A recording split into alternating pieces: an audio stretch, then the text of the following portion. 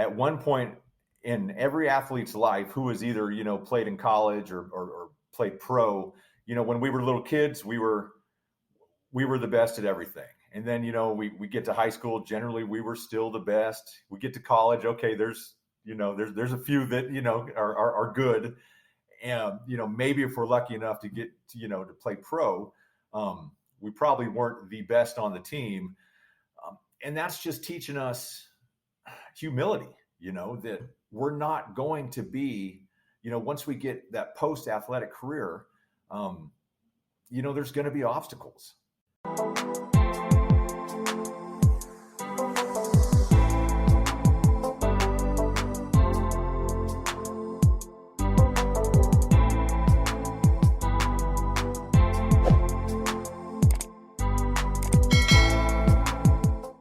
What's going on, everybody? I'm Jonathan Jones, and I'm a co-host of the Athletes Unite Conference podcast, and we're back with another exciting episode, back with another exciting guest, man. And I'm excited to interview this gentleman. We were just chatting and just talking and just hearing his heart for leadership and just seeing the things that he's doing, really being a recovery advocate, not just talking about the things, but doing the things in real time, helping people, serving people, leading people. Mr. Beau Payne. Beau, how are we doing? Man, I'm doing great, Jonathan. Thanks for having me on. Excited. Yeah, man, definitely. So, Beau, who is Beau Payne? Who is Beau Payne? That's a multi-layered question, man. I guess I'll give you the quick multi-layered answer. A little bit about my background, Jonathan. I was a baseball player growing up. I was drafted by the Florida Marlins and the Texas Rangers, and ended up not signing. Had a lot of things happen in my life. I was going to be first, second round pick out of high school, and I ended up dropping out of high school in Miami, Florida, due to what led down the road was a long-term addiction to drugs and alcohol. And I battled that for years. So I ended up going and playing college baseball a little bit at a junior college in California. Ended up having surgeries, lost my draft status, all this kind of stuff. And eventually just called it quits. Couldn't play baseball anymore. So I took a long road, Jonathan. I'm 40. I'll be 49 next month. And I got clean and sober when I was 42, I believe. 42, yeah. And so there's a lot of years in between there of some success, a lot of failures. I got to be honest, it led to about 10 years behind bars. We call that on the installment plan where I'm from. I did 3 here, 2 there, 3 there. I didn't do 10 straight, but did almost 10 years in jail and state penitentiaries, which in hindsight, I wish I would have just done 10 straight and got it over with and got my life together. But I was a knucklehead and took me a long time. But nowadays, I use my platform, being an athlete or an ex-athlete. I'm too banged up now. I play a little bit of hoops, once in a while and show these young kids I can still play a little bit. But I've got a platform though. And I realized the last time that I was incarcerated years ago that I need to change my life, man. And I realized that the one common denominator through all this crap that I'd caused people and myself in my life, homelessness, living on the streets, being in prison, being in jail, all that stuff, the addictions, the hurt family members and broken hearts and stuff like that. The one common denominator was me. And I had to stop blaming everybody. I always had an excuse for everything. I always justified everything. I'd say, if you had my life, you'd drink too, or, woe was me, or, I was, abused or beaten or, all this stuff. And there comes a point in time where none of that stuff held any water whatsoever anymore. I just had to, my mother is my best friend in the world. And she always says, Beau, we live in the what is, not the what if. And whatever happened to you, whatever you've gone through, you can either choose to let that continue to take you down, or you can, like my buddy and I, John Sterling, who's going to speak at Athletes Unite, like we like to say, we lean, learn, and leverage, Jonathan. And we lean into our past events in our life, and we learn from that, man. Because if we don't learn from these mistakes, we're just going to repeat them again, which I did forever. And then once we've learned from them, kind of broken them down, dissected them. What's wrong, what's right, what happened. Then we leverage that experience to help others. And I found in myself, being 6 years clean and sober now, that the most fantastic thing in my life is being able to help other fellow, not just, struggling alcoholics and addicts, but folks in life who may be down, think that maybe life's passed them by. They're too old. They're too beaten up, or they're, just, they maybe they look at these young cats, coming up, and everybody looks like they've got their stuff together, and this and that, man. But there's a place for everybody in the society, man. And I feel like the last few years, being in my late 40s, and I'll be 50 next year, sky's the limit, and my life's just getting rolling, man. So that's a little bit about my backstory, just a small bit, but I don't want to go in right now to the whole life story type thing. But thank you, man. Thanks for asking. So yeah, for sure. One thing I really can appreciate, Beau, about your perspective is just the fact that, one, you're really aware, right? You're aware, but also, well, you're aware. In addition to being aware, you realize that, just like what you're saying, you help other people who aren't just alcoholics or who might struggle with this or that, because we're talking about life, right? Because we fall off the wagon in life. So I can just appreciate that, because I think a lot of times, if we're not careful, we might see somebody wherever, struggling with whatever, insert, vice here. And we're like, oh no, that, that person is an alcoholic, or that person is whatever. And we can box people in, but it's like, no, this person is just struggling, period. The vehicle doesn't matter. They're struggling. So thank you for sharing that. Don't get me worked up, Beau. But yeah, man. No, I'm happy to. My life's an open book, and I share freely, man, and I'm happy to. So, can I touch on real quick what you said, Jonathan? Please. When you said, a lot of people tend to put people in boxes, and a lot of the things that I try to tell people is that, especially in, with alcoholism and addiction, and then I'll get to the life aspect real quick. That stuff doesn't discriminate, socioeconomic background, Black, white, Asian, woman, man, sexual orientation. I mean, it has no filter, so to speak. It's like, well, you look like that, or you look like that, so I'm going to go after you, but not you. It can take down anybody, and life can take down anybody. Like you said, insert and then fill in the blank. Depression, anxiety, uncertainness, not being comfortable in our own skin, not having that confidence in ourselves to really go out and be the best that we can be. And that sounds like an army slogan or something, be the best that you can be. But I really don't mean it that way. But I think that our loved ones and our people around us deserve to have the best versions of us that we can be. You know what I mean?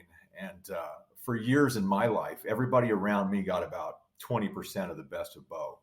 And these days they're getting about 95 to 100, and sometimes over 100. And to me, that just makes me feel good, because I've mended relationships with my family, my children, my friends, and then I've gotten a chance to help other people in life. And being an ex-athlete myself, and being drafted, Major League Baseball teams, and really being a big-time prospect at one time, who took a huge fall right on my face, man, for everybody to see, is that I know what it's like to be an athlete. I'm also a U.S. Army infantry veteran, and I know what it's like to have everything come crashing down. And then it's like you're standing there naked. It's like, wow, what do I do, man? The whole world just saw me fail when, and so I put up all these facades for so long, trying not to get found out that I maybe wasn't good enough, or not, or maybe I just didn't cut it. It doesn't matter what happened. But a lot of times that can really destroy us, because that's who our identities are linked to. Playing hoops, playing football, playing baseball, volleyball, basketball, golf, whatever, sports, military, business, just the game of life, man. And everybody fails, fall down 7, get back up 8. That's my thing, man.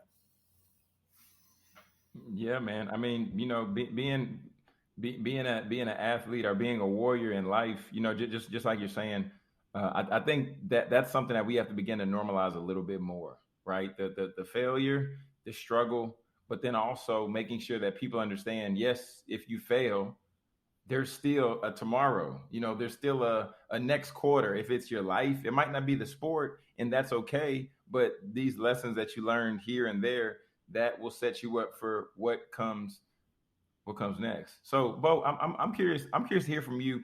Why do you feel it's so important for athletes, to unite? That's a great question. I think we all have gone through similar experiences. I think that at one point in every athlete's life who has either, played in college or played pro, when we were little kids, we were the best at everything. And then, we get to high school, generally we were still the best. We get to college, okay, there's a few that, are good. And, maybe if we're lucky enough to get to play pro, we probably weren't the best on the team. And that's just teaching us humility, that we're not going to be, once we get that post-athletic career, there's going to be obstacles. And maybe people are not going to give us that adulation of, oh, you were a big time athlete, or you were on this magazine cover, or I remember when you did this or that. And we're going to have to figure out how to do life on life's terms, man.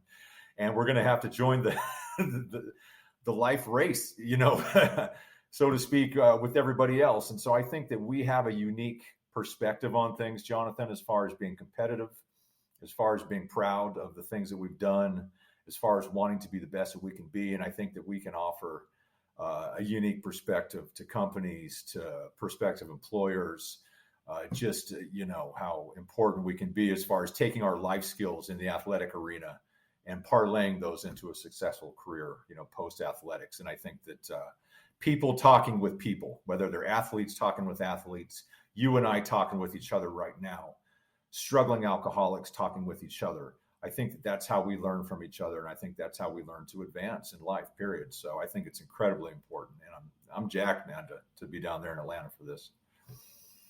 Oh, yeah, man. You have to do life on life's terms. That's good, Yeah. Beau. Man. Well, that's good. That's good, man. That's one of, man. Eventually it hits us. Eventually it catches up to us, man. Yeah, man. Father Time is still undefeated, right? Father Time is still undefeated.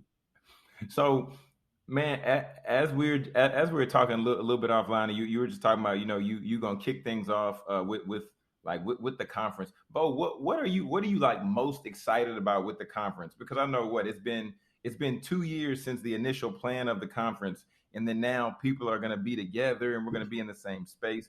So, like, what are you looking forward to about the Athletes Unite conference? I'm looking forward to a ton.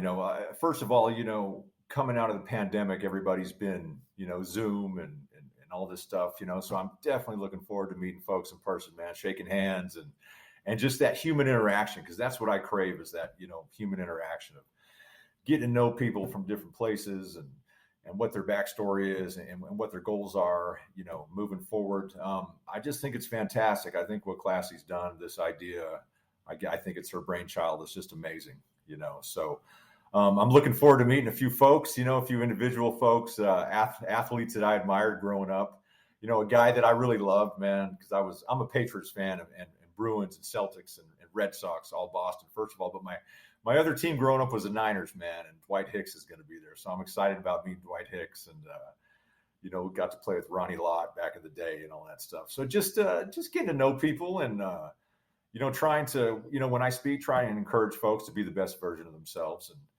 and just make some long-term enduring relationships, man, that are going to last. And so I'm just looking forward to it all.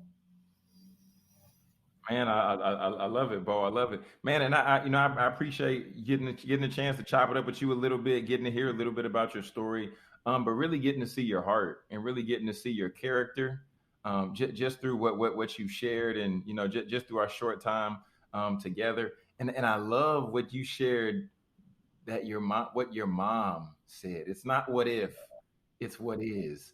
Beau, that's so rich. Oh man, that's so good. Yeah. I hope you take that. You can take it with you, man, and put it in your pocket, because it certainly helps me. And I'll tell you real brief about my mom. Back in the mid 2000s, she had to say, "Beau, I love you. you're my firstborn child, but you have to go out of my life. I was causing too much trouble for my family with my addiction problems and being in and out of jails and then going to prisons. And I have to say that today, as you and I talk, my mom and I are best friends in the world. And it's because, I got to make amends to her. I got to change my life, and I got to, be the man that I was, I found some purpose in my life. And when my mom tells me that, she says, Beau, it's not, we don't live in the what if, we live in the what is.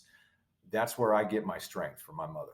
My mother is, we all have strong people in our family. And in my family, my mother's the strongest, person in my family. So I am blessed to have a relationship with her. And some of the nuggets that I have, are straight from her too. So I got to give her a little credit too. So. Wow, man. I love to hear it. And I know she's beyond proud of you. Beau, please let people know where they can find you, how they can follow you and connect with you. Yeah, you bet. Best way to connect with me would be on Instagram. My handle is @SoberBeau. So SOBERBEAU. That's the best way to connect with me. My Facebook page is more of a page of my buddies and I talking sports and talking a little smack back and forth. But my Instagram page is devoted to life and recovery and just being the best version of ourselves that we can be. So that's probably the best way. Excellent. And everybody out there listening, you all just heard Beau give us, man, like 2 good snapshots of his life. And man, Beau, I had the goosebumps over here going, man. Good thing you couldn't see me over here. I was like, wow. Oh my goodness. Wow. So you all need to be at the Athletes Unite conference because we're going to see the man, the myth, the legend, Mr. Beau Payne. You're going to see him kick things off and rock the mic. So make sure that you check out the links down below in the show notes, right? We're going to have the links so you can click the link and get your tickets for the conference to where you can join us in Atlanta, Georgia. It's going to be a life-changing event. And this event is going to shift the world of athletics because we're focusing on mental health as the emphasis, but we're talking about how you can create businesses. We're talking about career opportunities through sports, entrepreneurship, technology, and so much more. So everybody, thanks for taking the time to watch this episode of the Athletes Unite Conference podcast. And until next time, that's Beau Payne. I'm Jonathan Jones, and bye-bye.